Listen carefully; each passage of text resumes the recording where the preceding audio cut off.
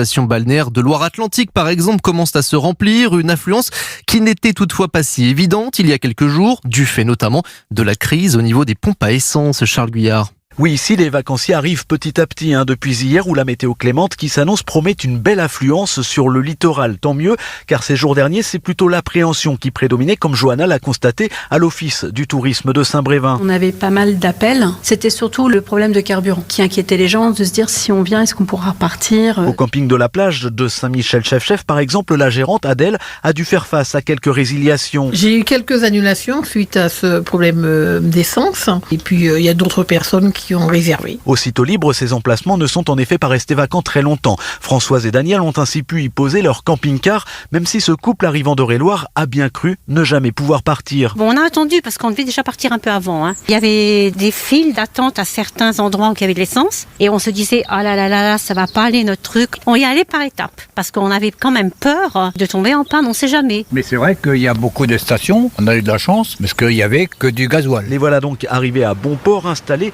à quelques mètres du sable et des vagues pour des vacances au grand air. Et il fait bon. C'est sûr que là, franchement, c'est génial.